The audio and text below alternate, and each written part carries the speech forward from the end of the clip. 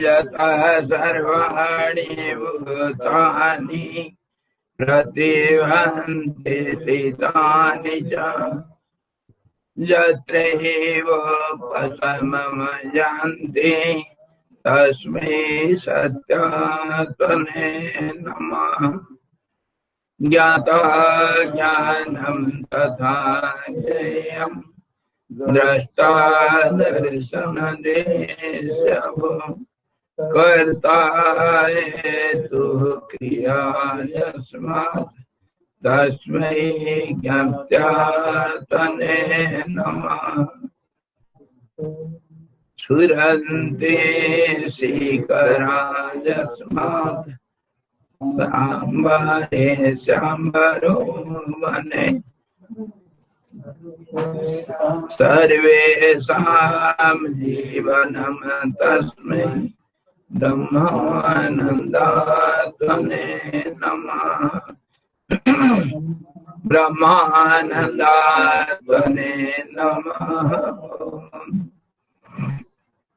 वेदोदधिं समुन्मथ्य ज्ञानरत्नं समुद्रितं येन तस्मै वसिष्ठाय गुरुणा गुरवे नमः। वशिष्ठ जी भगवान की जय।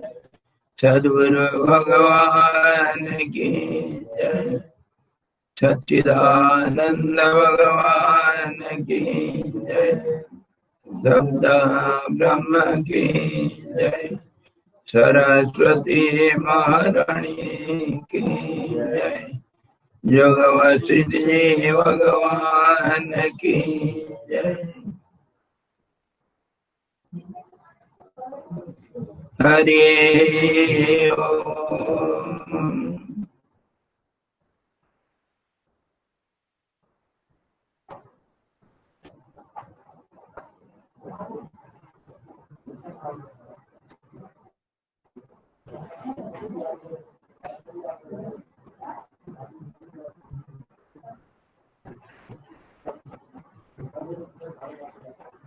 हम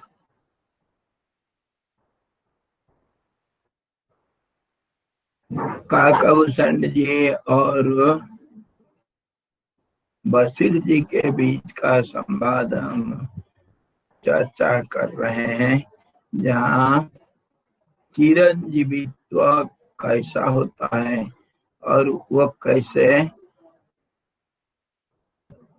संभव है, उसके ऊपर चर्चा कर रहे हैं। तो भूषण जी बोल रहे हैं वशिष्ठ जी को, महाराज सुखी पुरुष को देख करके मैं सुखी होता हूँ और दुखी जन को देख करके दुखी होता हूँ। सभी के लिए मैं प्रिय मित्र हूँ, इसीलिए विकार वर्जित चिरंजीवी हूँ। जहाँ विकार नहीं होगा वहाँ चिरंजीवित्व संभव है। विकार हुआ तो वो फिर संसार में आ गया। संसार विकार का नाम है और फिर तो बदलाव होगा। उसका मतलब जन्म हुआ तो मरण अवश्य होगा। संसार से परे जो है, जिसके अंदर कोई विकार नहीं है, वो चिरंजीवी हो सकता है। और उसके लिए वो कह रहे हैं कि मैं सुखियों के साथ सुखी हो जाता हूँ, दुखियों के साथ दुखी हो जाता हूँ। मतलब मेरा जो एक तथाकथित एक स्वरूप है, वो जैसे वर्तमान में देश काल परिस्थिति के अनुसार, जैसे वर्तमान में जैसे होगा उसी के अनुसार वो ढल जाता है। मेरा उसमें कोई लेना देना नहीं होता है। इस ढंग से मैं निर्विकार रहता हूँ। दूसरों के सुख में सुखी, दुख में दुखी होता हुआ भी मैं निर्विकार रहता हूँ। मेरे अहंकार नहीं होता है, इसीलिए मैं निर्विकार होकर के चिरंजीवी रहता हूँ। न मैं हूँ, न मेरे लिए कोई दूसरा है। जो बोलते हैं ठीक उसका उल्टा भी संभव है। जो दोनों से परे है, द्वंद्व से अतीत है, तो उसके लिए द्वंद्व भी जैसे है, निर्द्वंद भी ऐसे ही है।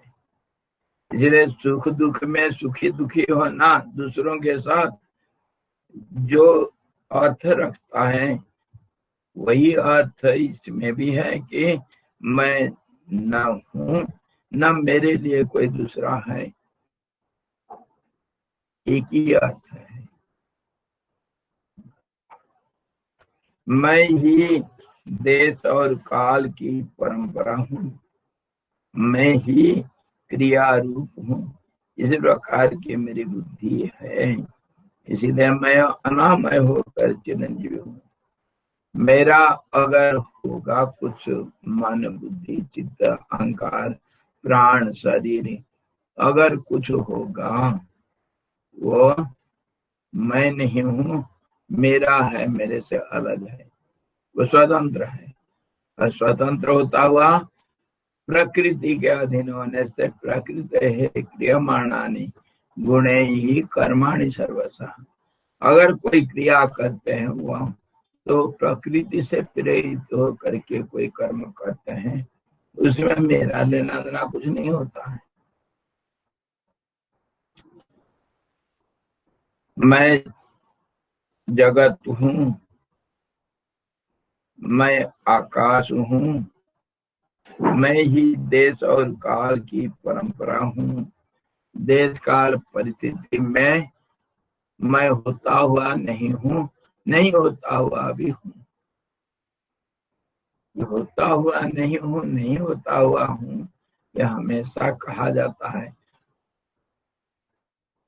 और इसको समझना थोड़ा कठिन होता है। एक बार समझ में आ जाने से फिर उसी को बेस बनाए रखना, उसी को आधार बनाए रखना सब चीज समझने के लिए। कैसे समझना है? जैसे कोई सुसुप्ति अवस्था में कोई कर्म करता है, स्वप्न में कोई कर्म करता है, करता हुआ नहीं करता है। वैसे ही मान लेना चाहिए कि संसार में रहता हुआ भी संसार का नहीं है। संसार में सब कुछ कर्म करता हुआ भी अकर्ता है, अभोक्ता है। तो शरीर काम करता है अथवा इंद्रिया काम करते हैं, मन बुद्धि प्राण मिल करके ये सब एकजुट होकर के काम करते हैं, प्रेरित होते हैं प्रकृति से, गुणों का वैषम्य से प्रेरित होकर के सब कर्म किया जाता है। तो उसके लिए वो जिम्मेवारी नहीं होते हैं, अलग रहते हैं। और भी उदाहरण हम दे सकते हैं। जैसे मान लो अगर कोई पटवारी, आप लोग सब जानते हैं, सरकार का सबसे निचली दर्जा का जो प्रतिनिधि है सरकार का, वो पटवारी अथवा कोई छोटा मोटा कोई टीचर लोग होते हैं अथवा कोई चपरासी लोग होते हैं। वे लोग तो सब कुछ काम करते हैं। कैसे काम करते हैं? किसके आदेश से, किसके लिए, कौन करता है काम?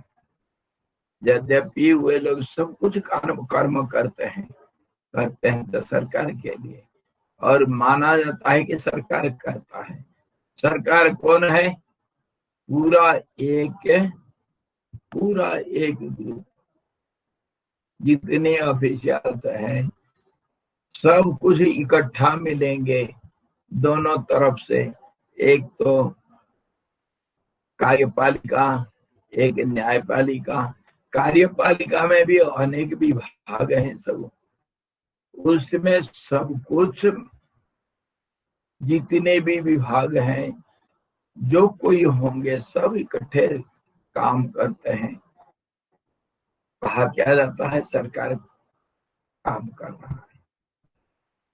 और सरकार का प्रतिनिधि ये लोग होते हुए भी ये सरकार पूर्ण रूप से नहीं है। सरकार कौन है? एक सिर है उसका। देश का प्रथम नागरिक कौन है? प्रेसिडेंट। प्रेसिडेंट सब कुछ काम नहीं करता हुआ करता, उसका उपस्थिति हर काम को कर लेता है। सारा काम उसी के नाम पे होता है, उसके नाम से होता है। आखिर जो हाँ नहीं, आखिर निष्पत्ति उसी के ऊपर है। और वो है, इसीलिए सब कर्मचारियों को यथावत कर्म का फल भी मिलता है। जो जैसे करता है उनको मासिक वेतन भी मिलता है, सब कुछ होता है। लेकिन सरकार करता है, सरकार कोई एक व्यक्ति नहीं है, सब मिलजुल करके सरकार होता है। और उसका एक मालिक है, मालिक होता हुआ उसका उपस्थिति ही काम करता है, वो कुछ नहीं करता है। तो इस ढंग से हम अगर मानेंगे तो सबका मालिक एक है, सबका मालिक एक। वो करता हुआ नहीं करता है, नहीं करता हुआ भी करता है, दोनों तरफ से मानना।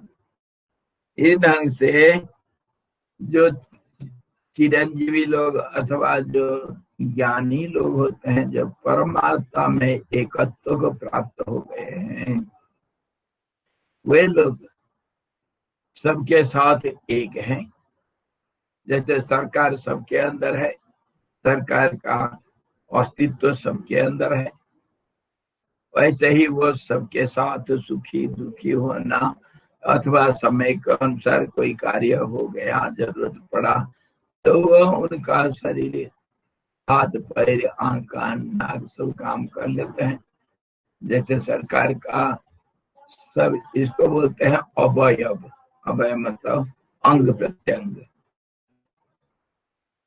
सरकार का अवयव एक फौज भी है, फौज भी सरकार का अवयव होता है। जैसे हम लड़ेंगे किसी के साथ तो हाथ आएगा पहले तो सरकार का फौजी हाथ है, रक्षा करेगा अपना। ऐसे ही समझ लेना चाहिए कि ये सब कर्म प्रकृति करती है। प्रकृति इसको भी कहा जाता है, सरकार का जो प्रकृति। प्रकृति कौन है? जैसे मंत्रिमंडल अथवा और जो न्यायपालिका, कार्यपालिका, जितने जो कोई है, ये सर्व सबको मिला करके वह राजा का अथवा सरकार का प्रकृति माना जाता है। प्रकृति ऐसे ही भगवान का प्रकृति सब कुछ काम करवाती है। भगवान कुछ नहीं करते हैं। भगवान मतलब परमात्मा, जो जिसका नाम रूप होता हुआ अभी नाम रूप से जो परे है, इसी ढंग से समझना।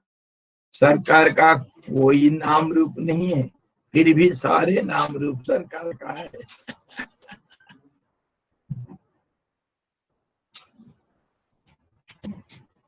तो इस हालत में अगर हम थोड़ा बहुत कुछ समझने के लिए कोशिश करते हैं तो चिरंजीवी पना कैसे होता है, निर्विकार कैसे होते हैं ये लोग। अगर कोई मान लो कोई कुछ गलत काम कर लिया, कोई ऑफिसर कोई गलत काम कर दिया, उसको तो दंड मिलेगा ना। और उसमें क्या प्रेसिडेंट भागीदारी होता है? ऐसा व्यक्ति विशेष कोई मैं करता हूं जो मानता है, वो कर्म फल को भोग कर करता हुआ भी भगवान को उसमें लेना देना कुछ नहीं। कर्माध्यक्ष हो करके भी उनको कोई उसमें लेना देना नहीं होता है। प्रकृति, जिसको हम नियति के नाम से भी जानते हैं, वही सब कुछ काम करवा देती है। कोई अगर प्रकृति अपने अंदर कैसे काम करती, मान लो कोई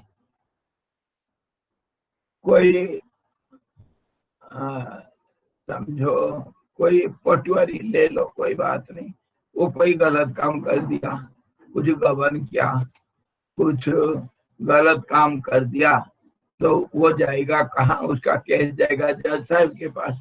वो भी सरकार के अंदर है। वही सरकार उसी सरकार का अच्छा बुरा मान करके कर्म फल देता है।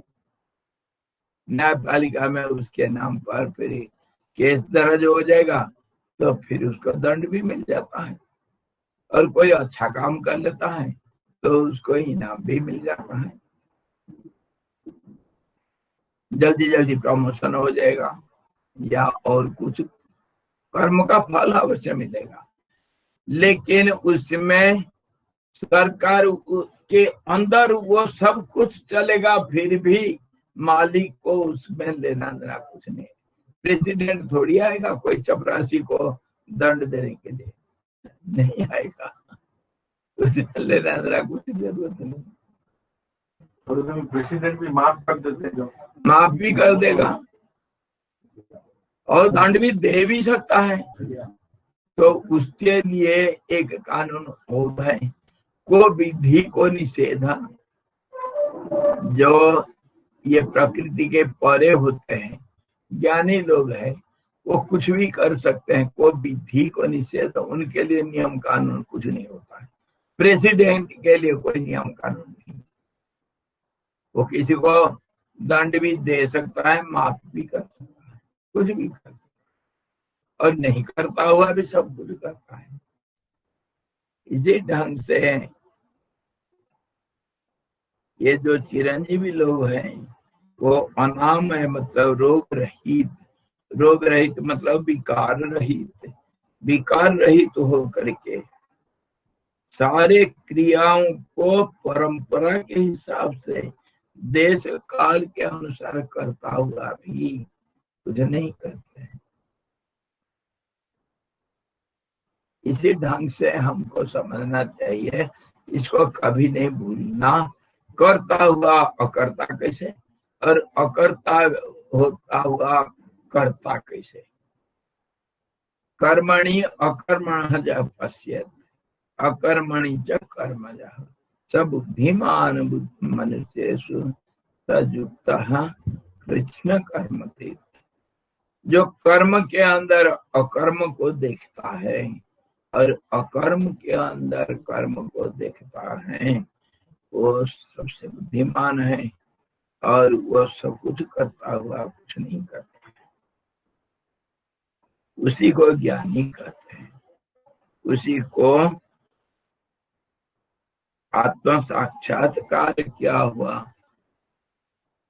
परमात्मा का स्वरूप ज्ञानी जन कहते हैं।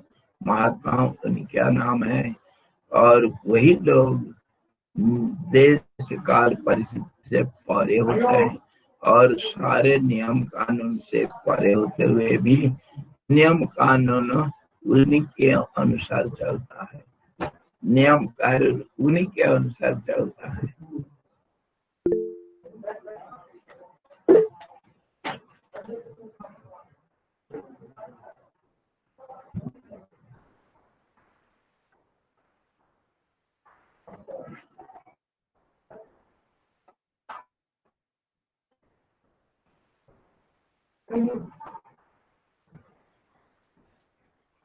हरिओम। क्या सर्वत्र स्थल में विद्यमान जड़ता को लेकर ही तुम अहम बुद्धि करते हो? हाँ, सवाल उठेगा। जब तुम नहीं करता हुआ करते हो और करता हुआ नहीं करते हो, क्या तुम पत्थर हो?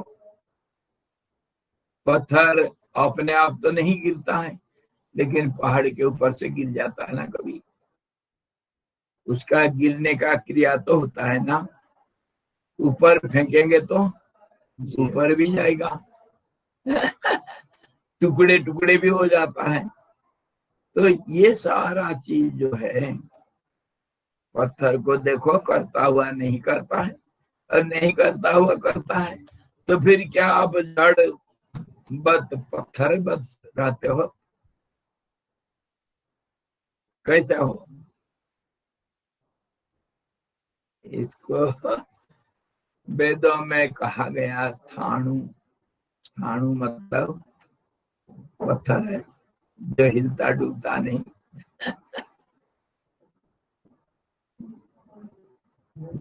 देहरादून के पास एक गांव है स्थाणु। स्थाणु जो रास्ता में आते हैं ना बाईपास, उस तरफ से स्थाणु गांव है। तो क्या आप पत्थर हैं, जड़ता को प्राप्त करके रहते हो? जब एक बार कह दिया कि नियम कानून से परे हैं, तो जीवन और मरण के भी परे हैं। और जीवन मरण भी उनका हाथ मुट्ठी में। मर करके भी जिंदा है, जिंदा होता हुआ मरे हुए हैं, ऐसे ही समझो। मरा हुआ जिंदा है, जिंदा हुआ मरा हुआ है। कैसे? जैसे कोई समाधि में कोई बैठा है, वो जिंदा है या मरा है? कुछ नहीं कर सकता है, कुछ नहीं करता भी। उसका हाथ पैर आंख कान सब चुप बैठा है, मन भी चुप, इंद्रिया चुप, लेकिन क्या वो मरा हुआ है? प्राण है, स्थिर है। इस ढंग से हमको समझना चाहिए। घट चित स्वरूप है, घट पट चित स्वरूप है, आकाश चित स्वरूप है, और सकट भी चित स्वरूप है। इत ही सब कुछ है।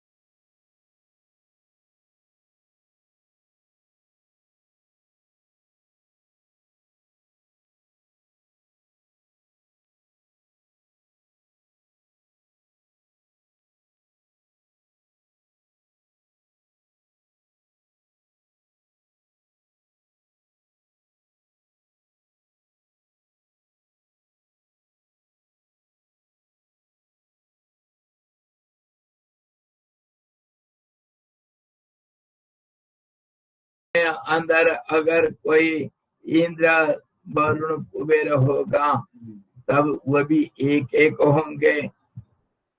एक के अंदर अनेकता तो है, अनेकता में फिर एकता अंतर्निहित है। मैं शरीर के रूप में एक हूँ, लेकिन शरीर करके कोई चीज नहीं है। शरीर के अंदर अनेकता कैसे? एक हाथ है, दो हाथ है, दो पैर है। एक हाथ हुआ शरीर के अंदर, अनेक के अंदर एक हो गया हाथ। हाथ एक होता हुआ हाथ को देखो एक के रूप में कहीं नहीं दिखेगा, उसमें अलग अलग हिस्सा को देखेंगे हम। हथेली देखें, हथेली में फिर 5 अंगुलियां दिख जाएगा, हथेली कहीं नहीं। अच्छा, वो अंगुली के अंदर फिर देखो 3 हिस्सा जॉइंट्स है, उसके अंदर फिर एक जॉइंट के अंदर फिर देखो क्या क्या है। एक को देखते ही एक अनेक में बदल जाता है। इस चीज को कभी नहीं भूलना। परमात्मा एक है, वो देखेगा अपने आप को तो बहुश्याम, एक को हम बहुश्याम अनेक रूप में देखेगा। इसलिए संसार जो दिखता है वो परमात्मा अपने अंदर देखता है, जैसे आप अपने हाथ पैर को देखते हो। जैसे काल भुजंगे जी बोलते हैं कि मैं दूसरों के सुख से सुखी होता हूँ और दूसरों के दुख से दुखी होता हूँ। इसका तो मतलब ये हुआ कि वो सब में अपने आप को देख रहे हैं। जैसे आप हाथ में कोई पैर में कांटा चुहा था, आप दुखी हुए ना, वैसे दूसरों में जो अपने आप दूसरों के को दुख से भी दुखी होना, वो दूसरों को काट चुभ रहा है, उनको भी दर्द हो रहा है, वो दर्द होगा उसको। ज्ञानेश्वर महादेव हाँ जैसे जी। ये पेट के भैंस के पेट में मारा, हाँ। ज्ञानेश्वर महादेव के पेट में वो आ गया था। वही तो उसके ऊपर देखो कहानियां, भक्तों की ज्वलंत कहानियां, सही कहानियां सब दिखा जाता है। एक भक्त को मार पड़ा, अरे भगवान दिखा रहे हैं, देखो मेरा शरीर में कैसे मारे हो तुम। क्या हुआ? ये इतिहास की कहानी हमारे जगन्नाथ पुरी में हुआ। एक कोई बलराम दास जी करके बड़े भारी सिद्ध पुरुष थे, जगन्नाथ जी का अनन्य भक्त। वो एक जगन्नाथ को मानते हैं, दूसरा कोई दुनिया में है नहीं। लेकिन हमेशा मन में तो जगन्नाथ, शरीर कहाँ क्या, कभी जाकर के वेश्याओं के घर में भी पड़े रहते थे। एक दिन जगन्नाथ जी का मंदिर में, मतलब जगन्नाथ का रथ यात्रा हो रहा है, वो पड़े हैं कहाँ? किसी यारी के घर में। अच्छा, लेकिन बड़ा सिद्ध पुरुष थे, इसीलिए उनका कर्म को देखना नहीं। हाँ, वो क्या करते हैं, को विधि को निषेध है, यही तो बात है। ये सही घटना है। पंच सखा जो थे उनमें से वो रामदास सबसे बड़े ज्ञानी पुरुष थे। तो जैसे वो रथ यात्रा का शुरू हुआ, घंटा नाद, शंख नाद, तूरी भेरी सब बजने लग गया। उनके कान में आवाज आया, अरे आज रथ यात्रा। रथ यात्रा कह करके मेरा जगन्नाथ उठे और भागे, और जगन्नाथ जी विराजमान है अभी रथ में। रथ चला नहीं, अभी शुरू नहीं हुआ। अभी रथ में बैठने के बाद फिर पूजा पाठ सब होता है। वो भाग करके आए जगन्नाथ जी को आलिंगन करने के लिए। बेस्या जितना है जगन्नाथ उतने ही उनके लिए। आ करके जगन्नाथ जी के रथ में चढ़ गए और जगन्नाथ जी को जा रहे थे आलिंगन करने के लिए।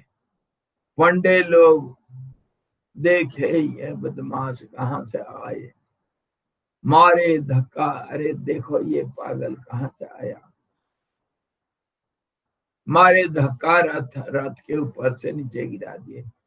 जहां जगन्नाथ बैठते हैं कम से कम 12-13 फुट ऊंचा होगा, उसके ऊपर से नीचे गिराए।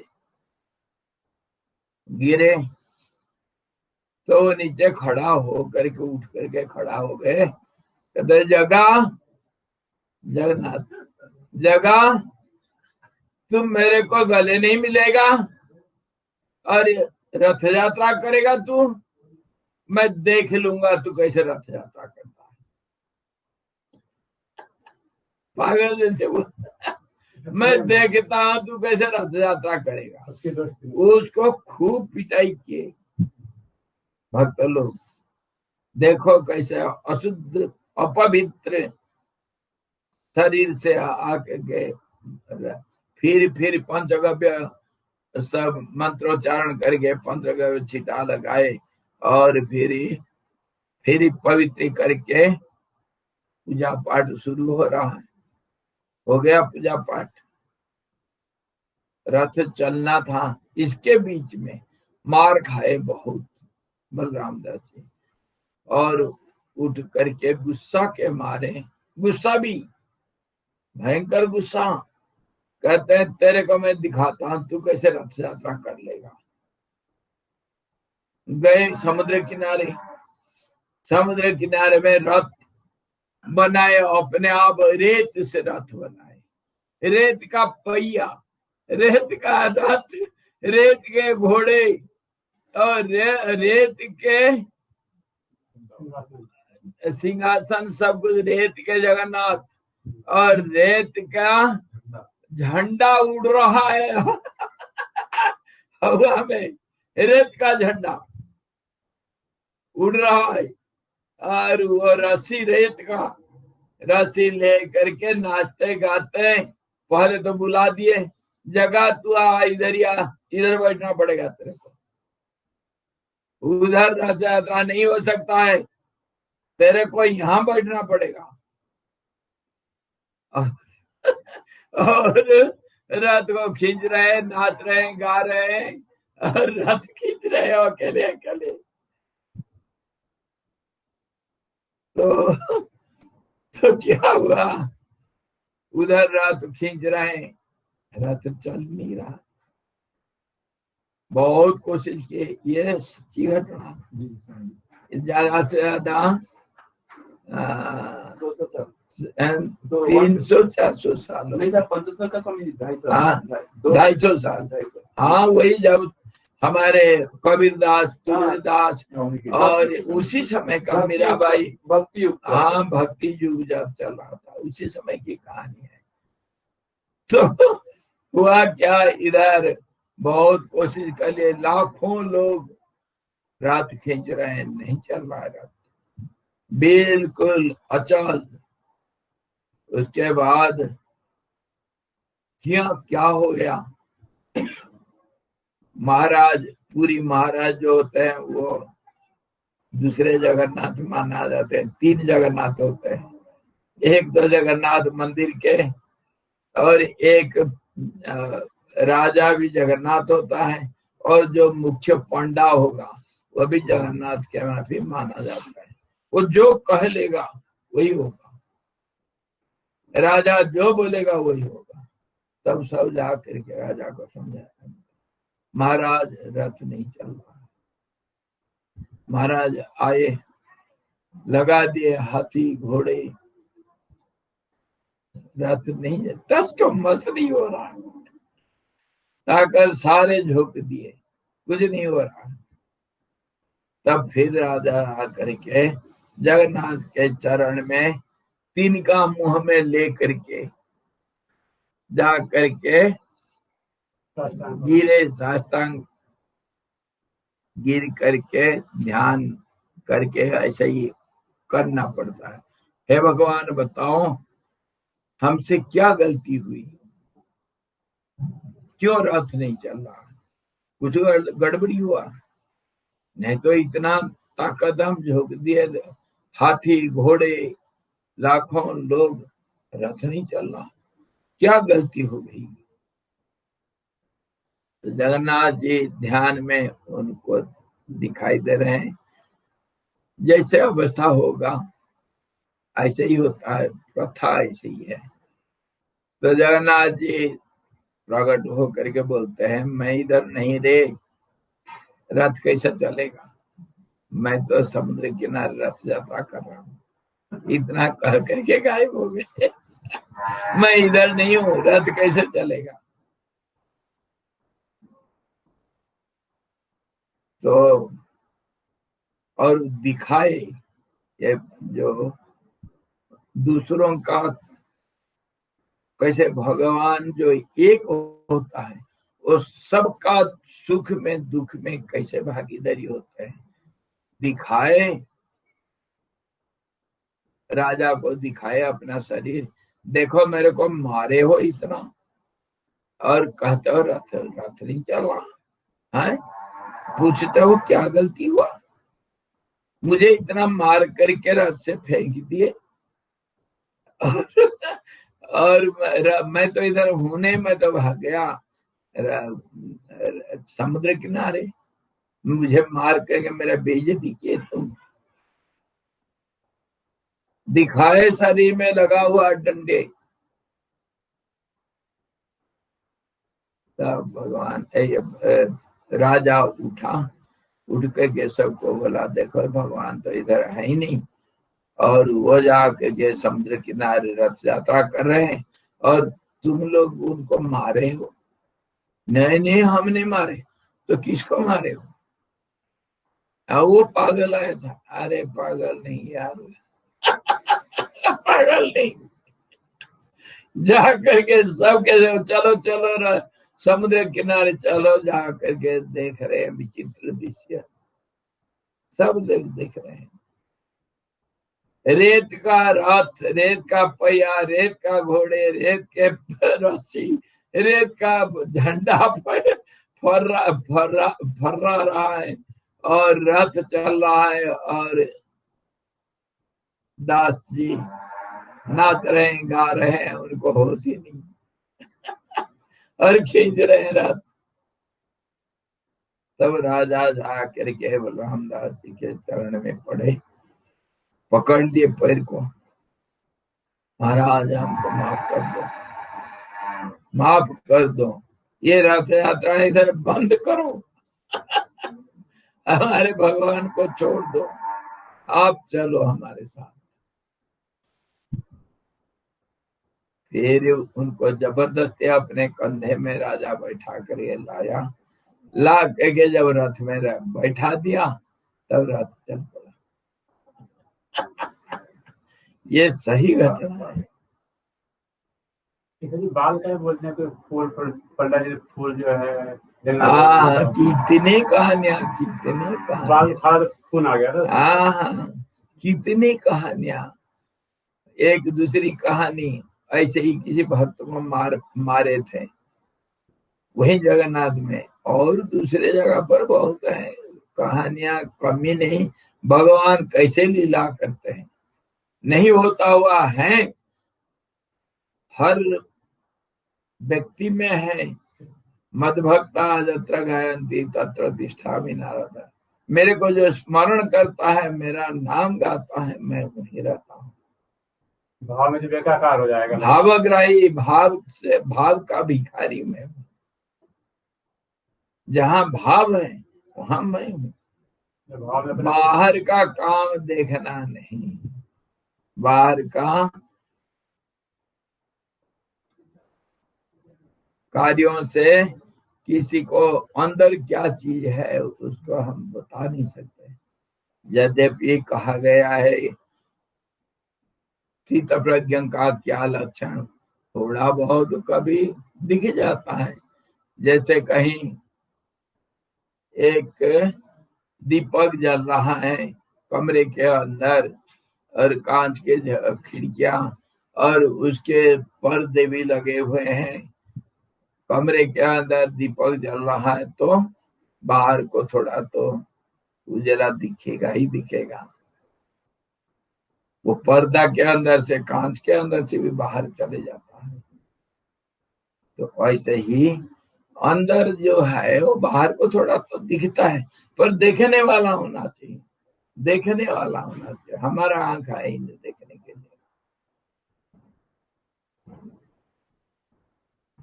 तो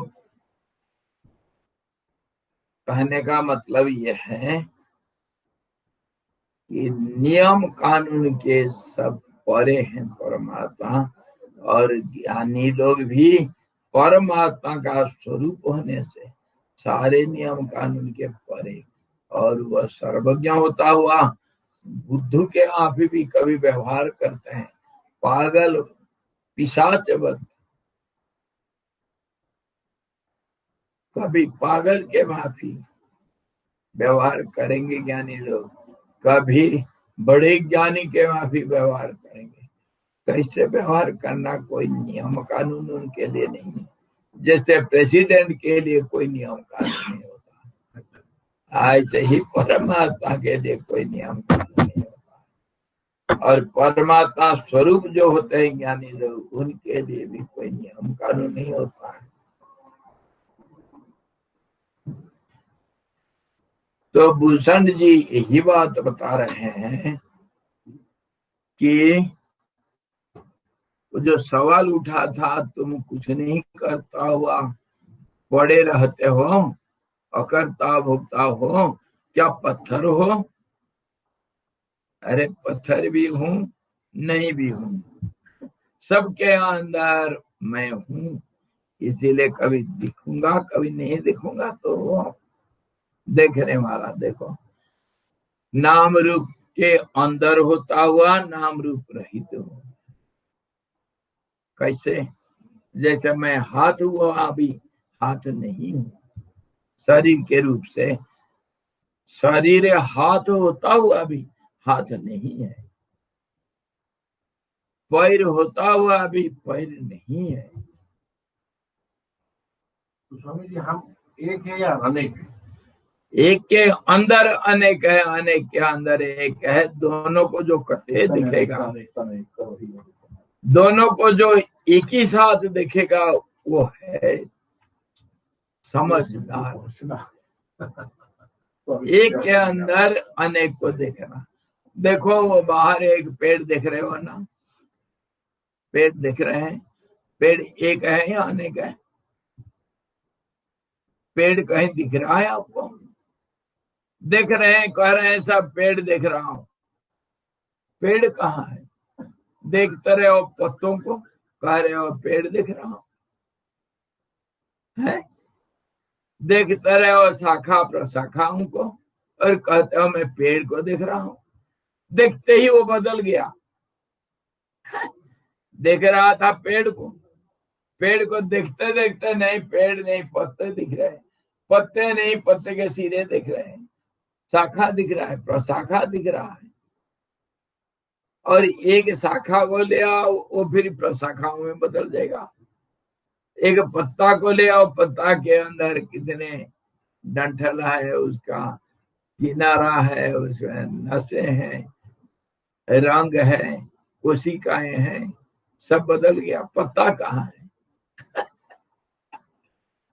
ऐसे ही दुनिया बदलता है नहीं भी है। इसीलिए इसको हम समझना कठिन हो रहा है। इसी का नाम तो माया है, इसी का नाम माया है, इसी का नाम जादू। जादू, भगवान एक जादूगर है। इसी का नाम चित्र भी है। चित्र देखो, चित्र देखने से चित्र कहीं नहीं, रेखाएं हैं। एक आदमी का चित्र देखो, ये एक चित्र दिख रहा है ना, इसमें कोई दिख रहा है? कोई इसमें काला और सफेद दो ही तो है। काला और सफेद दो ही रंग है, ब्लैक एंड व्हाइट। इसमें रंग कहाँ है? अक्षर कहाँ है? लिखा हुआ कुछ दिख रहा है? चित्र कहाँ है? एक नाप तो है, एक माप है। माप आप है, आप नहीं, कोई नहीं, कुछ भी नहीं, कुछ भी नहीं। कहाँ है? सिर्फ काला और सफेद। उसी में आप उभर के आई है, तो वो है एक भावना आपका, वो हमारी भावना है। आपका भावना वहां दिख रहा है। जी ये देख रहे हो, ये पर्दा दिख रहा है, पर्दा देख रहे हैं ना? पर्दा इधर कहीं है? ये तो डिजाइन है, रंग है, पर्दा कहाँ है? ये धागा दिख रहा है, धागा भी नहीं, डिजाइन है। क्या है इसमें? ऐसे ही दुनिया बदल जाता है। एक में अनेकता का देखना और अनेकता में फिर एकता को देखना, यही तो दृष्टि दोष है। कुछ नहीं देख रहे हैं और फिर भी कहते हैं हम देख रहे हैं। इसी तरह वो कह रहे हैं ना मैं निर्जीव हूं ना सजीव हूं, मैं बताया था ना, वो जो घड़े के अंदर आकाश है, खाली घड़े के अंदर आकाश है, उसको पूछो वो कितना बड़ा है, कितना छोटा है, वो बाहर का आकाश से अलग है या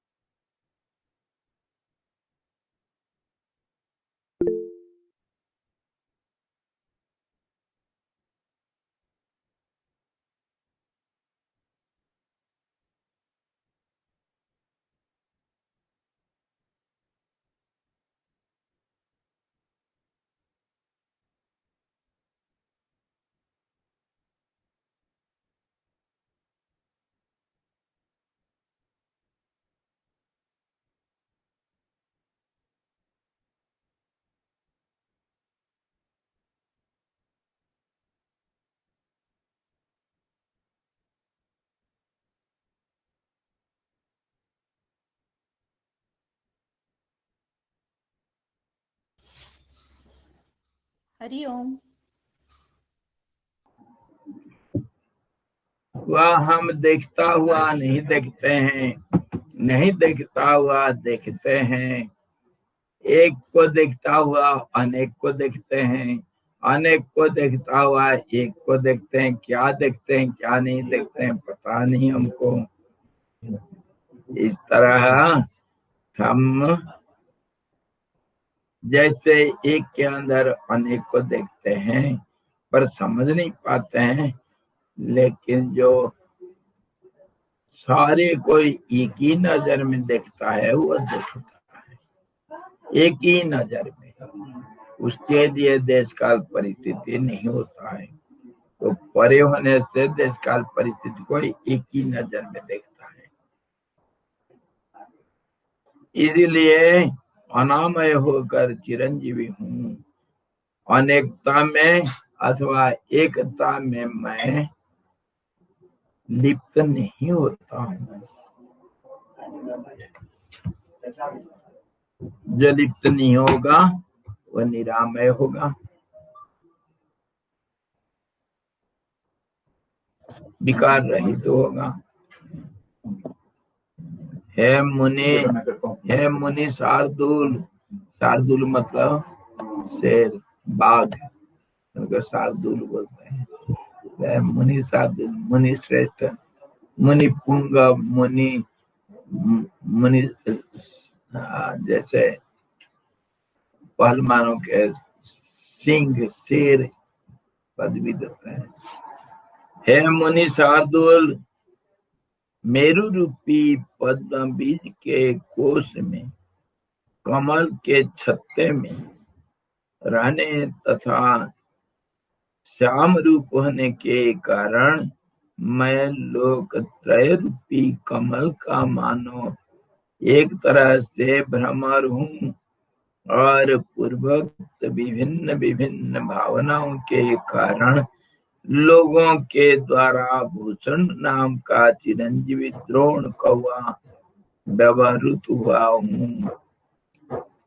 मेरा शरीर कौवा का है, द्रोण मतलब कौवा, और मेरे को कोई ये दिखता है जो शरीर मेरा, उसको कोई भूषण नाम दे दिए हैं और मैं काला दिखता हूँ इसलिए समझ लो कि ये मेरु रूपी जो सुंदर कमल पुष्प है, उसके अंदर कोई भौरा बैठा है।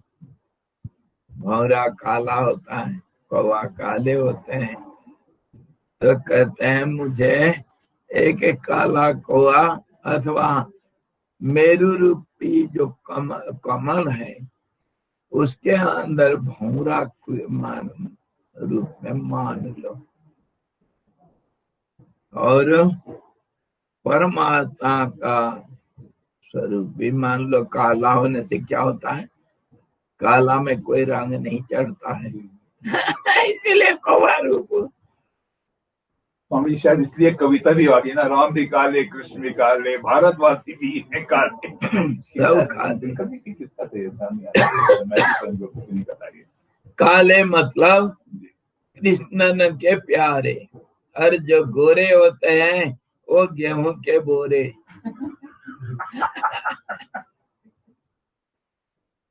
जी, काला रंग का ये भी है कि काला रंग सब कुछ ऑब्जर्व करता है, सब कर लेगा। और किस रंग से रंग नहीं जाएगा, रंग नहीं काले का काला ही रहेगा।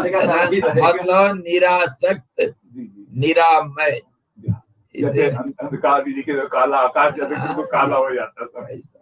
इसीलिए वो कह रहे हैं कि मुझे सब भूषण नाम से बोलते हैं, द्रोण कौवा के रूप में बोलते हैं, और बोलते हैं मैं चिरंजीवी करके।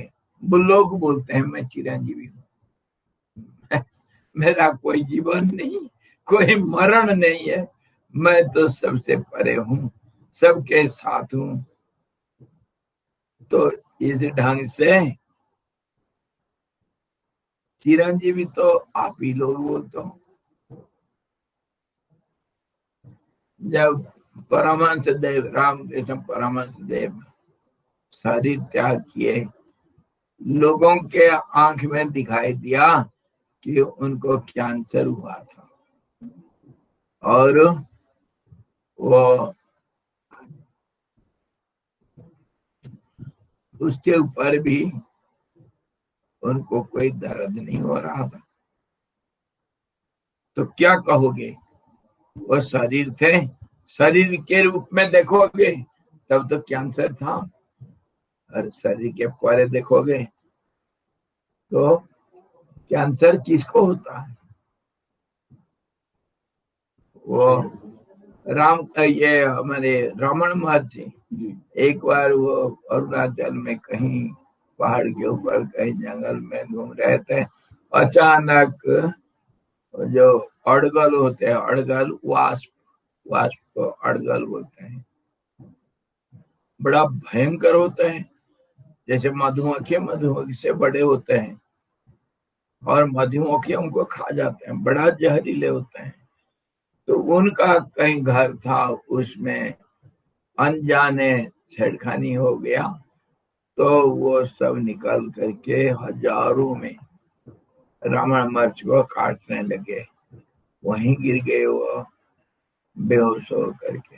उनको लाया गया, और कुछ देर के बाद फिर होश में आए। उनको कोई तकलीफ कुछ नहीं, पीड़ा नाम की चीज नहीं थी, पीड़ा हुई नहीं कि क्या वो पता ही नहीं। शरीर होता हुआ शरीर से अलग है। शरीर तो बेहोश हुआ, और शरीर फिर होश में आया। शरीर में सारे फोड़े पड़ गए, जैसे वो काटे थे, सारा शरीर में लाल हो गया था, लेकिन उनको कोई दर्द नहीं। चिदानंद स्वामी जी, आंख का ऑपरेशन हुआ, कोई एनेस्थीसिया दिए नहीं, और दोनों आंख का ऑपरेशन एक ही साथ करवाया गया, कोई एनेस्थीसिया नहीं। और जब दोनों ऑपरेशन हो गया, डॉक्टर लोग बोले स्वामी जी ऑपरेशन हो गया, उठिए। उठने के बाद डॉक्टर लोग पूछते हैं स्वामी जी कुछ दर्द हुआ? तो भाई मैं तो शरीर तुमको दे दिया था ऑपरेशन करने के लिए, दर्द होगा तो शरीर को पूछो। मैं क्या जानू, मैं तो इधर था नहीं, तुम बोले लेट जाओ ऑपरेशन होगा, मैं शरीर तुमको दे दिया था, तुम जो कुछ किए होंगे तुम ही जाने। तो उन्होंने मना किए थे कि एनेस्थेसिया देने की? नहीं, मना भी नहीं किए थे, हाँ भी नहीं किए थे। डॉक्टर लोग पूछे स्वामी जी एनेस्थेसिया दें, तो वो कहे तुम्हारी मर्जी, भाई तुम डॉक्टर हो, मुझे क्यों पूछते हो। आप पहले थोड़ा सा ट्राई किया हुआ कि स्वामी जी चिल्लाएंगे या कुछ दर्द बोलेंगे हाँ। तो दे देंगे। जब शरीर में है ही नहीं स्वामी जी। स्वामी जी हैं ये तो ज्वलंत उदाहरण हमारे सामने की बात है। तो ऐसा अगर देखा गया माताओं को तो क्या कहेंगे, वो शरीर है या शरीर से अलग है? अलग भी नहीं सर, हमारे साथ बातचीत करना, खाना पीना हम सब देखते हैं। जैसे देखोगे ऐसा दिखेगा, पेड़ को जैसा देखोगे ऐसा दिखेगा, पत्ता को देखोगे वो भी पेड़ है, शाखाओं को देखोगे वो भी पेड़ है, और फल फूल को देखोगे वो भी पेड़ है, नहीं देखोगे फिर भी पेड़ है।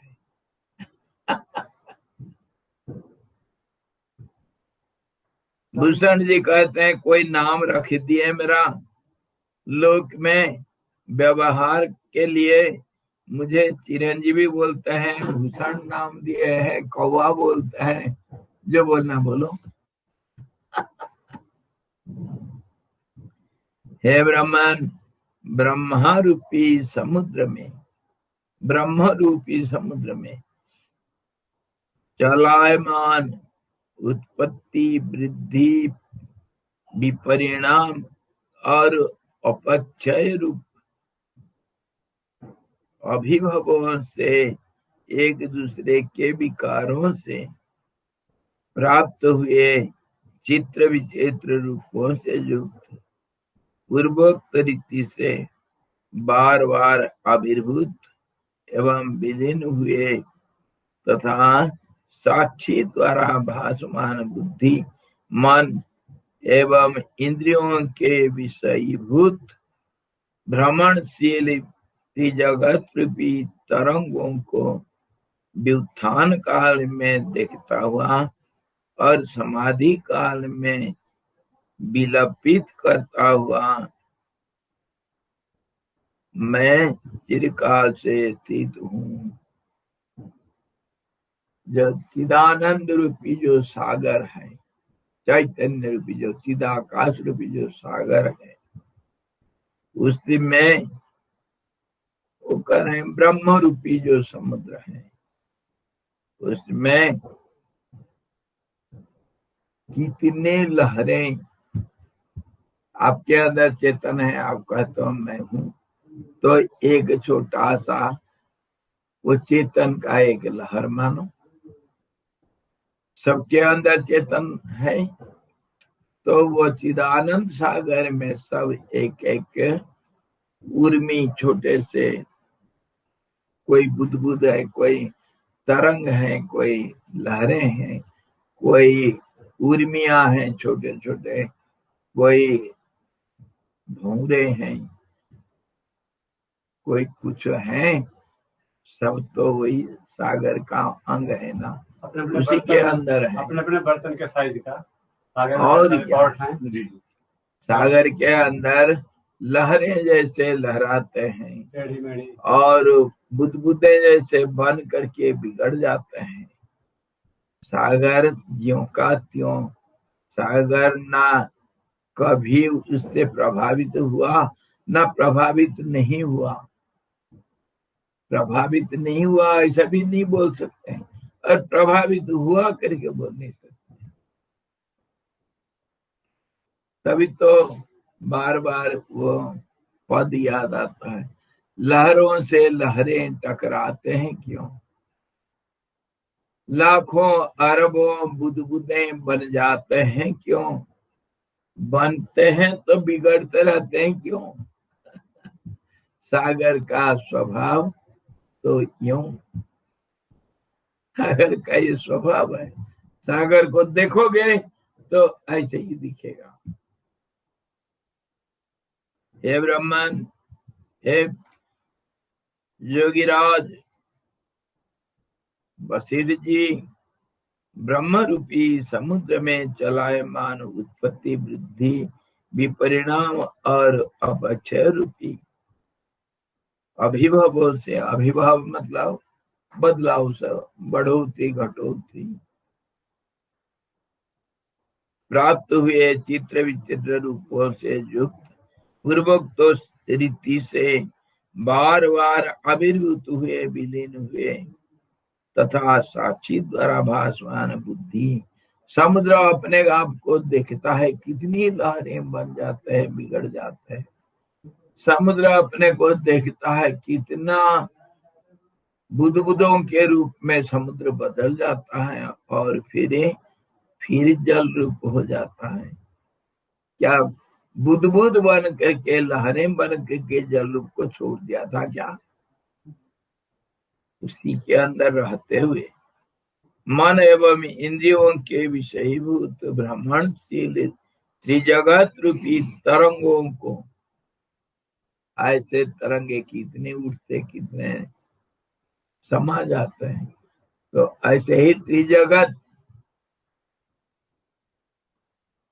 कितने बनते, कितने बिगड़ते हैं, उसको मैं देखता रहता हूँ।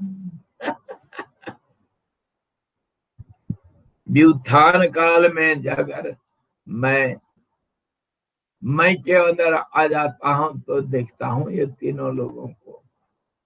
लोगों को मैं देखता रहता हूँ। और कभी समाधि में चले जाता हूँ तो ये सब कुछ नहीं। जल समुद्र, अगर समुद्र रूप में अपने को देखता है तो तरंगे नहीं दिखते हैं, और तरंग रूप में देखते हैं तो समुद्र को भूल जाता है अपने आप। ऐसा समाधि काल में विलापित करता हुआ मैं चिरकाल से स्थित हूँ। हमेशा मैं हूँ, समुद्र तो हमेशा है। समुद्र का उत्पत्ति और विनाश कभी नहीं होता है, जबकि लहरों का, बुदबुदों का उत्पत्ति विनाश देखा गया समुद्र के अंदर। इसी ढंग से मैं चिरंजीवी हूँ, चिरंजीवी। समुद्र हमेशा है। इसी प्रकार 26वां सर्ग समाप्त हुआ। 26वां सर्ग में चिरंजीवी पना कैसे होता है उसके बारे में हम देखें। मतलब विकार रहित होना। विकार रहित होना मतलब विकार के अंदर होता हुआ विकार से रहित भी है। विकार रहित जब एक शब्द बोलते हैं उसका ऑपोजिट को भी साथ साथ लेना। समुद्र होता हुआ तरंगों को भी समुद्र कहा जाता है, अलग नहीं है समुद्र से। इस प्रकार हम 26वां सर्ग में काकभूषण जी का चिरंजीविता के ऊपर कुछ थोड़ा बहुत समझे। 27वें सर्ग में 27वां अध्याय में देखेंगे, जाने की इच्छा कर रहे हैं वशिष्ठ जी। भूषण की प्रशंसा, भूषण द्वारा वशिष्ठ जी का पूजन तथा आकाश मार्ग से वशिष्ठ जी के स्वर्लोक की प्राप्ति, इनका वर्णन। वशिष्ठ जी अब सारी कहानियां सुन लिए। काकभूषण जी का यही तक है। भूषण जी का बारे में, उनके बचपन के बारे में, कितने ब्रह्मांड के बारे में, और सब उनके जीवन चरित्र, क्यों भूषण हुए, उनके पिता माता जी कौन थे, उनके भाई लोग कैसे थे, और उसके बाद फिर वो चिरंजीवी कैसे हुए, और उनके जो स्थिति है चिरंजीवी का स्थिति वो कैसा है, सब चीज सुन लिए वशिष्ठ जी। बड़े आश्चर्यचकित हो करके वो जाने के लिए, वापस जाने के लिए उद्यत होते हैं। क्यों जाएंगे? ये प्रकृति का नियम, जहां से आए हो वहीं जाना है, जहां से आए हो वहीं जाना है। कोई बोले क्यों स्वामी जी? तो क्योंकि आने का वो जो प्रेरणा है उधर से शुरू हुआ था, मैं वहां जाऊं करके अपना स्थान को छोड़े थे, वो अभी तक खत्म नहीं हुआ, खत्म नहीं हो सकता। जब तक वापस नहीं जाएंगे तब तक खत्म नहीं होता है, अंदर अंदर काम करता है। तो स्वामी बाहर कितना भी रह लो, तो जब तक आदमी अपना स्थान पे नहीं जाएगा, मूल स्थान जहाँ भी है, तब तक उसको चैन हाँ, नहीं, शांति नहीं मिलेगी। बिल्कुल नहीं। जैसा आप बाहर कितना भी मुझे घूमेंगे, नींद ना आए, चैन ना आवे,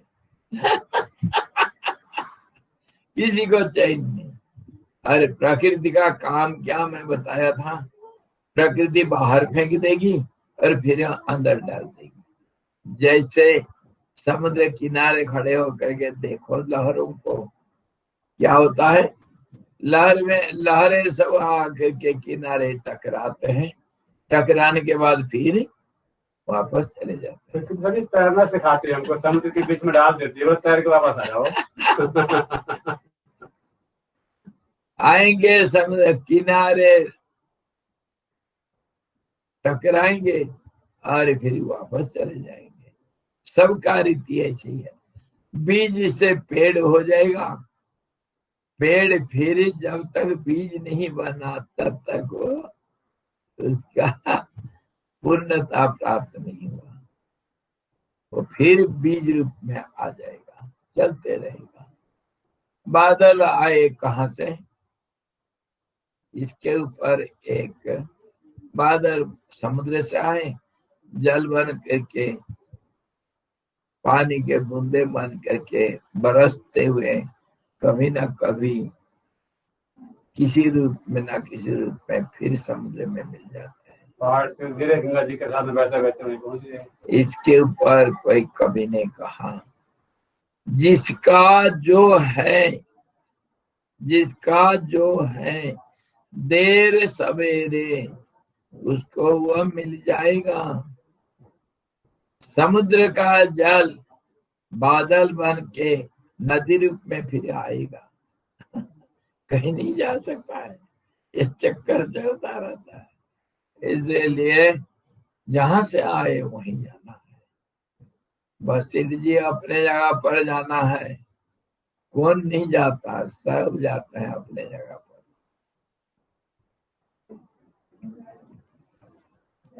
तो भूषण जी कहते हैं, हे ज्ञान के पारंगत ब्राह्मण, एकमात्र आपकी आज्ञा का परिपालन करने के लिए ही धृष्टता का अवलंबन कर जिस प्रकार से मैं चिरंजीवी हूँ और जिस प्रकार से परमार्थ रूप इस कार्यकरण संघात रूप देह में मेरी उत्पत्ति है, वह सब कुछ मैंने आपसे कह दिया।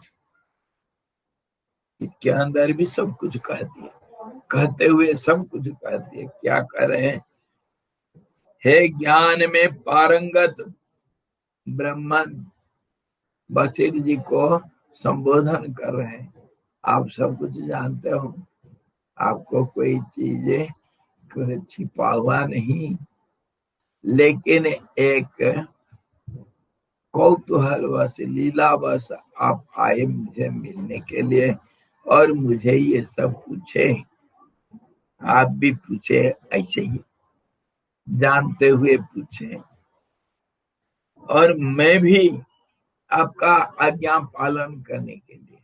आप बड़े भारी माता है जो ब्रह्मा के पुत्र हैं,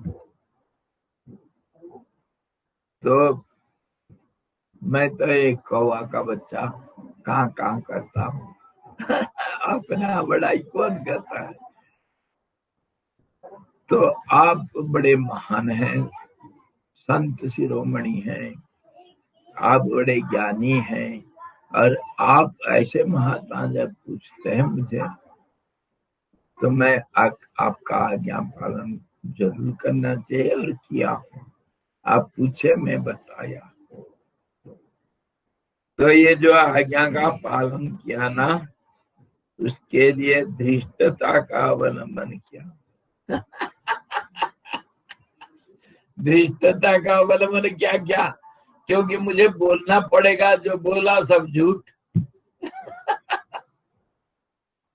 इसी को कहते हैं धृष्टता। कुछ भी बोलो सब गलत, कुछ भी समझो उसमें रहो। मैं जो बोल रहा हूँ सुनो अच्छी तरह, समझो। मैं जो बोल रहा हूँ सब गलत, और जो तुम सुन रहे हो सब गलत। तुम पूछते हो इसलिए मैं बोलता हूँ। दिल है कि मानता नहीं, क्या करे? जो कुछ बोला गया सब गलत, क्योंकि भाषा, कभी भाषा का कोई सच्चा अर्थ नहीं होता है। भाषा तो एक व्यवहार के लिए व्यवहार में लाया जाता है। वो कुछ समय के लिए, कुछ विशेष परिस्थिति में उसको थोड़ा देर के लिए इस्तेमाल किया जाता है। उसका कोई अर्थ नहीं होता है, कोई अर्थ नहीं होता।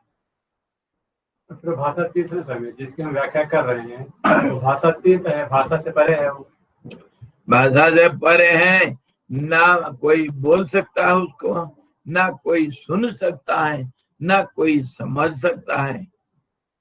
तो फिर आप बोलेंगे ये शास्त्र ये सब क्यों है?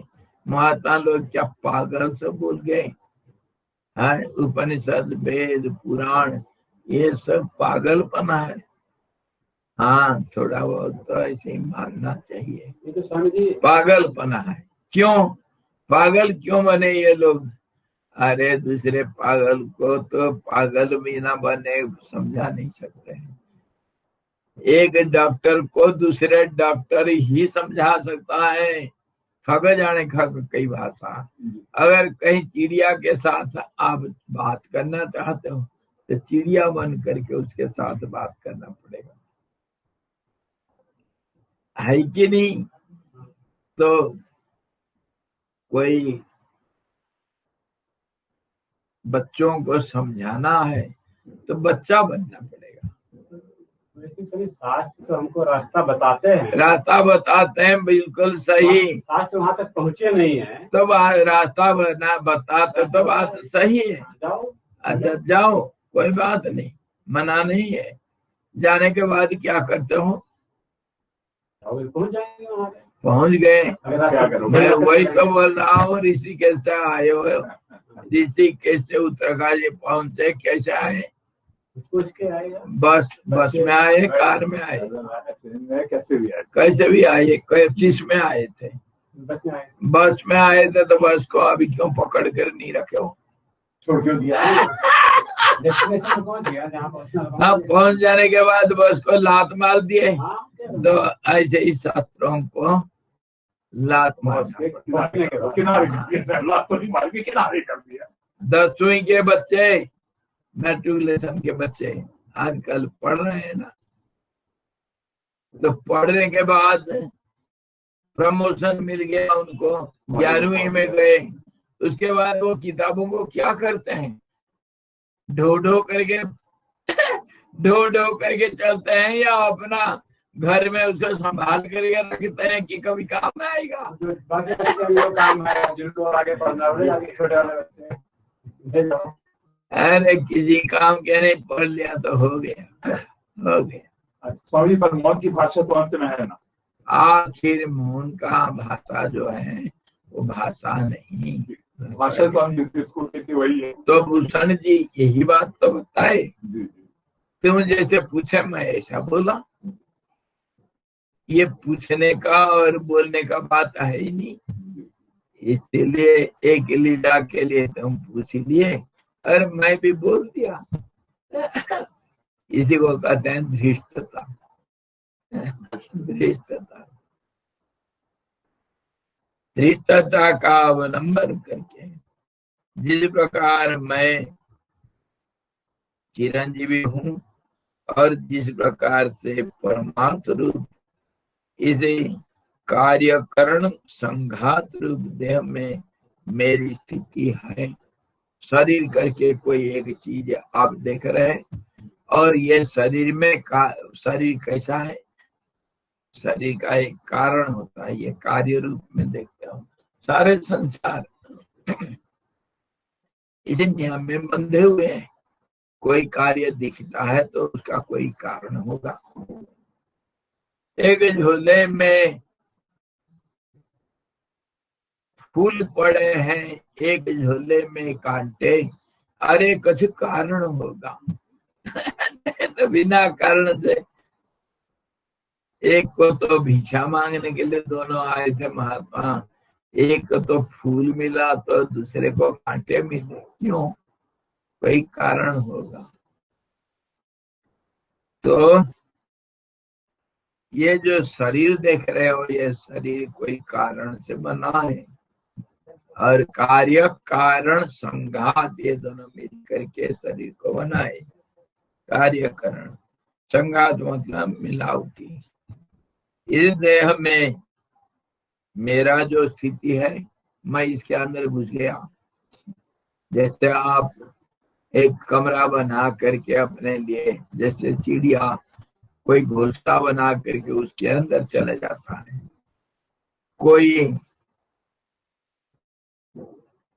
कोई शहतूत के कीड़ा अपना घर को बना करके, कोष को बना करके उसके अंदर घुस जाता है, और जैसे मकड़ा जाल बना करके उसी में फंस जाता है, ऐसे ही जीव इस शरीर को बना करके उसके अंदर घुस जाता है। जीव के रूप में, प्राण के रूप में, कितने रूप में घुस जाता है। और मैं इस शरीर में जैसे रह रहा हूँ, और कैसे रह रहा हूँ, संसार का उदय और अस्त में मेरा कोई देना देना नहीं। मैं हमेशा बैठा हूँ इस घर में। मेरू के ऊपर जो कल्प वृक्ष है, और उसके ऊपर ये जो मेरा घोंसला, और ये घोंसला में ये मेरा जो शरीर तुम देख रहे हो, इसमें कोई परिवर्तन से ये परिवर्तित नहीं होता है, ना कोई विकार से ये विकृत होता है। ऐसे को ऐसे रहता है। ये मेरा चिरजीवित्व। और तुम बोले, मैं बता दिया, ये सब ऐसे ही है। इसको मन में नहीं ले जाना घर।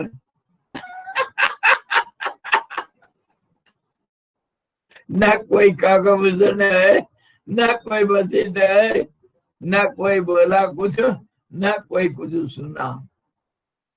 परमात्मा अपनी जगह पर जैसे को ऐसा है।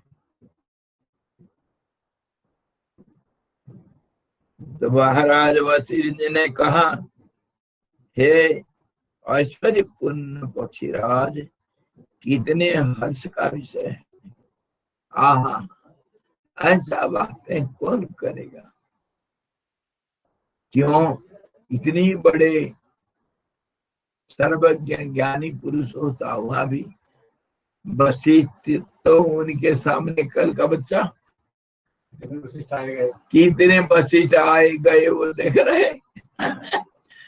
तो वशिष्ठ जी को फिर भी सम्मानित किया है, क्योंकि कौवा के शरीर के रूप में कौवा हूँ, और आप तो बड़े भारी ज्ञानी पुरुष है। इसलिए वो वशिष्ठ जी का बारंबार बहुत सम्मान किया। तो वशिष्ठ जी कहते हैं, कितने हर्ष का विषय है। आप इतने महान होते हुए भी दूसरों को महानता देते हो। अमानी मानदह मानी, बड़े लोगों का यही आचरण होता है। खुद जो बड़े हैं और दूसरों को बड़ा बना करके तो बड़े बने, अपने आप बड़ा नहीं बन सकते हैं। कहानी एक फार्मूला है, एक कहावत है, बड़ा अगर होने को चाहते हो तो क्या करना है, बड़ा बनना चाहते हो तो क्या करोगे, छोटा बनना सीखो। क्यों? जब बड़ा मतलब क्या, कोई तो छोटा होगा, उसके साथ तुलना करोगे तब तो बड़ा होगा। तो वो छोटा कौन होगा? अगर तुम छोटा बन सकते हो तभी तो बढ़ोगे, बड़ा बनोगे। छोटा नहीं बना तो बड़ा कैसे बनोगे? ये तो तर्क का बात है। मान लिया पेड़ जो है पूरा बढ़ा हुआ, मान लिया अपने आप को, तो क्या कैसा बढ़ा, कैसा बढ़ा?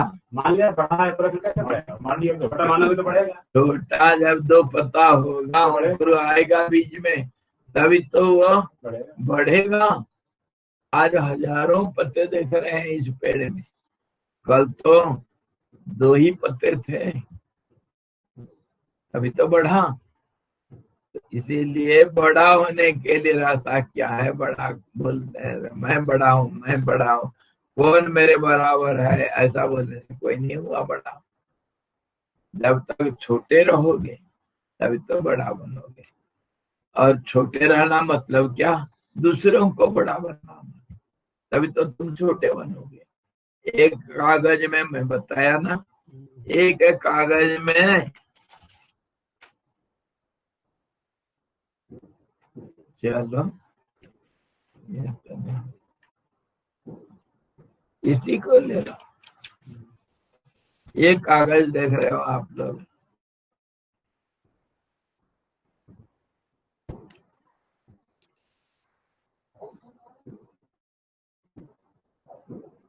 इसमें एक लकीर खींचा मैं, ये बड़ा है या छोटा है? बड़ा है या छोटा है? न बड़ा है न छोटा है। एक ही होने से वो तुलना हो ही नहीं सकता है, ना बड़ा बनेगा ना छोटा बनेगा। इसी से हम कितनी चीजें समझ जाएंगे, सिर्फ एक लकीर से। लकीर की फकीर बन जाओ। परमात्मा एक होने से ना किसी से बड़ा है ना कोई से छोटा है, जैसे देखते हो ऐसे ही है। इसको बड़ा छोटा बनाने के लिए तुलना करना पड़ता है, तुलना के लिए दूसरा का आना जरूरी है। दूसरा नहीं होगा तो ये तुलना नहीं होगा, ना बड़ा होगा ना छोटा होगा, ना इसके अंदर कोई रिलेटिविटी है, कोई संबंध है, ना किसी का कोई नाता है, ना कोई गुण है, ना कुछ नहीं इसके अंदर, एक होने से। और जैसे दो हुआ, इसको क्या करना चाहते हो? बड़ा बनाना चाहते हो ना? बड़ा बनाए, इसको बड़ा बनाने के लिए इसके किनारे में एक छोटा लकीर खींचा तो ये अपने आप बड़ा बन गया। तो कोई छोटा होगा तब तो बड़ा बनेगा ना। तो दूसरे को छोटा देखोगे तो बड़ा बनोगे। अच्छा, वो दूसरा कौन है भाई? दूसरा कौन है, इसको ढूंढोगे। इसीलिए अगर तुम दूसरे को बड़ापना दोगे, ऊपर वाला लकीर जो है वो उससे बड़ा है, बीच वाला लकीर अगर वो ऊपर वाला लकीर को बड़ा मानता है तभी तो नीचे वाला लकीर उसको बड़ा बनाएगा, नहीं तो कहां से होगा? नहीं तो नहीं हो सकता। छोटा बनोगे तब बड़ा बनने का मौका है। नहीं तो अपने आप में ना बड़ा बन सकते हो ना कुछ बन सकते हो, कुछ नहीं बनोगे। बड़ा बनना अगर चाहते हो तो छोटा बनना सीखो, यही बोले। ये गांधी जी का लफ्ज है। महात्मा गांधी जी बोलते थे, और ये बात सही है। जो जितना छोटा हो सकता है वो उतना ही बड़ा बनने के लिए खासियत रखता है। दूसरा भी देखो, मान लो एक ये मकान है, मकान कितना ऊंचा है? 40 फुट ऊंचा है। 40 फुट मकान है। अगर तुम 50 फुट बनना चाहते हो, 40 फुट 45 फुट बनना चाहते हो, तुम्हारा हाइट कितना है? 5 फुट है। 45 फुट बनना चाहते हो तो कैसा बनोगे? छत के ऊपर चले जाओगे तो 45 फुट बन जाओगे। तो क्या छलांग मार के चले जाओगे? पहले तो नीचे खड़ा रहो, फिर सीढ़ी ढूंढ करके ऊपर जाओगे, तब तो 45 फुट का बनोगे। और 45 फुट जब हो तो नीचे देखते हो तो 45 फुट ऊंचा है, तो 45 फुट खड्डा है, और 45 फुट खड्डा होगा तभी ये 45 फुट ऊंचा हो सकता है, नहीं तो ना ऊंचा है ना नीचा है। ये सारे तुलना करने से छोटा के बिना बड़ा नहीं, बड़ा के बिना छोटा नहीं। इसीलिए हमको बड़ापना दूसरों को दोगे तो दूसरे तुमको बड़ापना देंगे। जो दोगे, दूसरा कानून भी, जो दोगे वही मिलेगा। दूसरे को बड़ा बनाओगे तो तुम बड़ा बन जाओगे। Every action has equal and opposite reaction. तो इस ढंग से वो कहते हैं कि हे ऐश्वर्य पखीराज, आपके पास सारी ऐश्वर्य है, आप सर्वज्ञ हैं, सर्वशक्तिमान हैं, आप सर्व समर्थ हैं।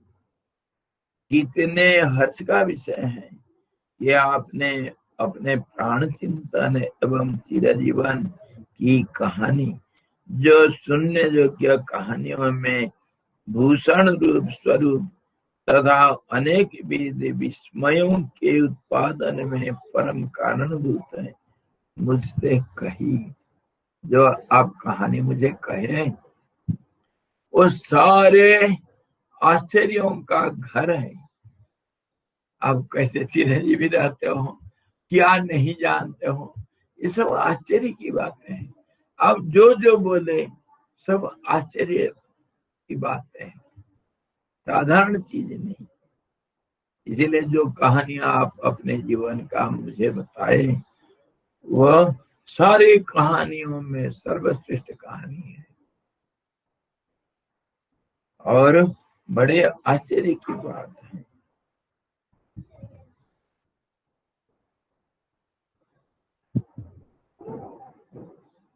आप अपने जीवन के बारे में भी बताएं और चिरंजीविता मिला कैसे, प्राणायाम का तरीका बताएं, प्राण का कैसे उपासना किया जाता है, ये सारे बताएं।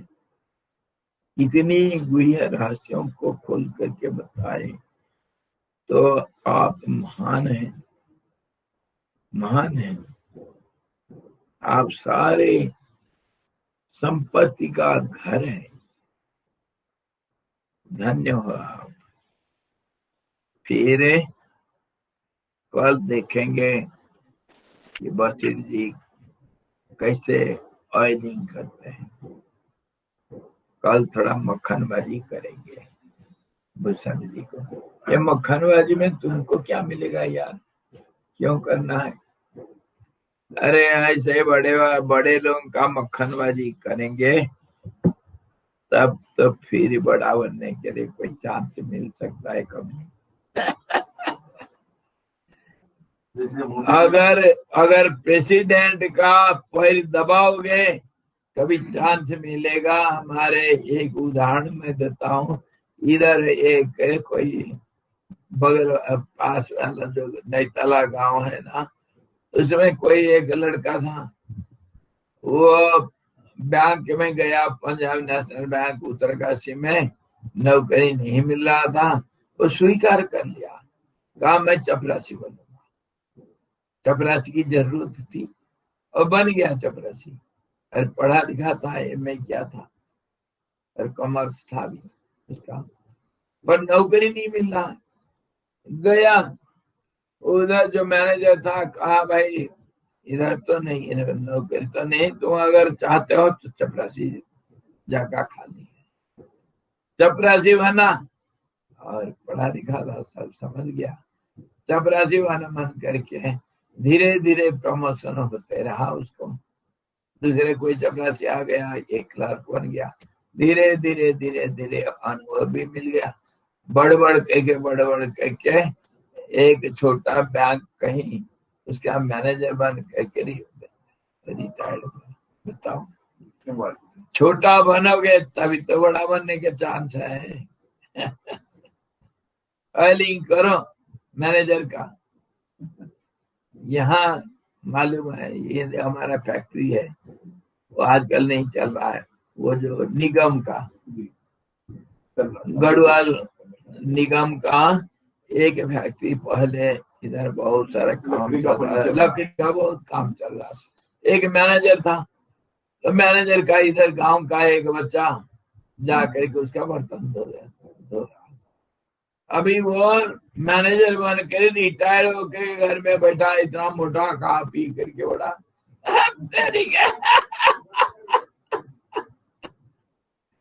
बड़ा भारी बन रखा है। मैनेजर बन कर रिटायर्ड हुआ और बर्तन धोया उसका खूब, कोई मालिश करता था, तेल लगाता था मैनेजर का।